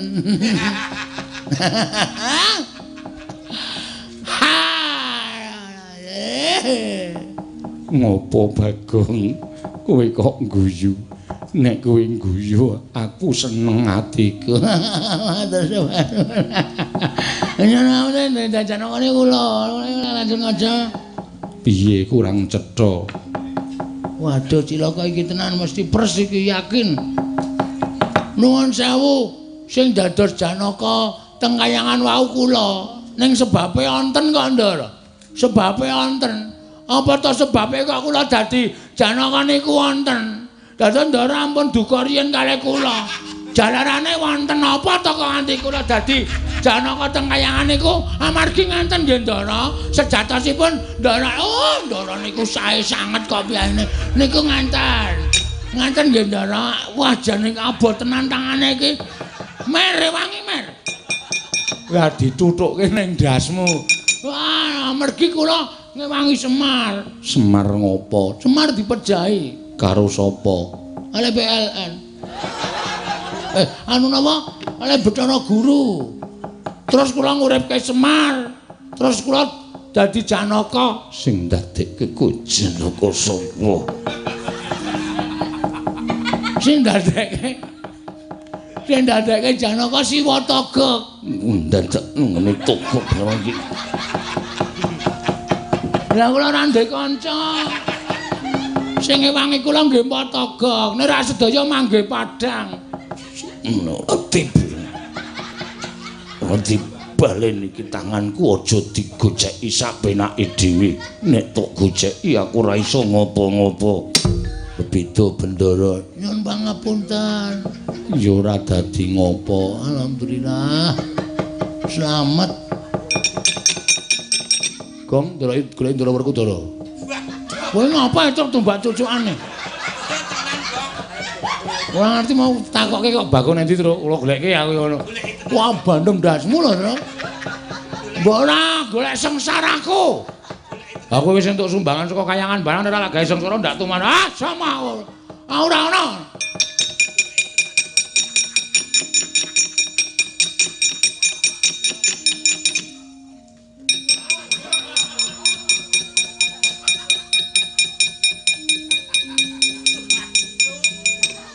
Koyo dadi gleleng mau. Arep tak tendang sikilku tok uncalke aku ke rumah ping pindho. Wah. Cengenges. Dadi Janaka glelenge ra jamak-jamak. Mbok sampun Kakang Mas wong mboten menapa-menapa. Ora izin. Ora wirang. Kalah karo Janaka sing kedadian saka Bagong. Bagong sampun nyuwun pangapunten. Ora dikapokke. Bola-bali mung njaluk pangapura. Anggepe penake dhewe. Nggugu arepe dhewe. Werkudara klumah ping pindho.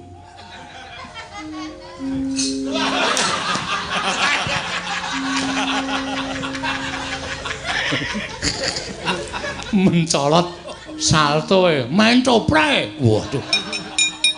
Padake nyepelekke ora. Janaka Wonten maring adang. mundur mir. Junguk nang kono ora. Ana nang mburi kono. Nah. Lha iki sing kawogan kok ora ana. Sinten? Bagong.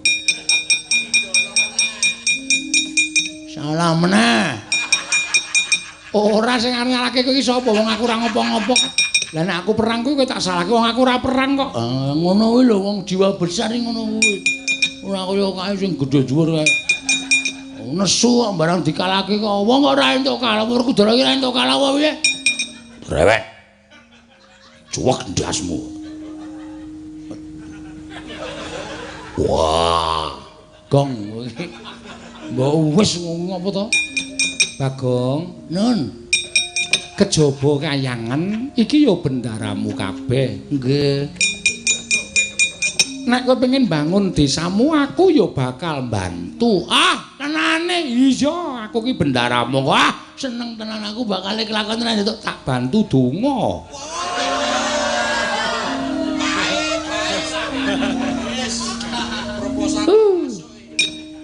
Apa itu? Loh. Nyambut gawe iki nek ora rancak ora apik to? Nggih, nggih. Mula donga kuwi iso ngrancakake gawean. Oh, nggih niku pun paling apik. Werkudara bantu apa? bantu jotos iki. Jotos, jotos. Lho kok ngerti bantu jotos. Jotos iki enak lho. Ngapusi aku kowe. Ngapusi aku ya. Ngapusi aku kowe. Aku wis ngerti jotos ki ngampleng kok enak ora. Sampun paripurna. Pikiran kula wis entek tekan riki niki. Ini gelem ora gelem nggih pun rampung tekan riki niki, Ndara.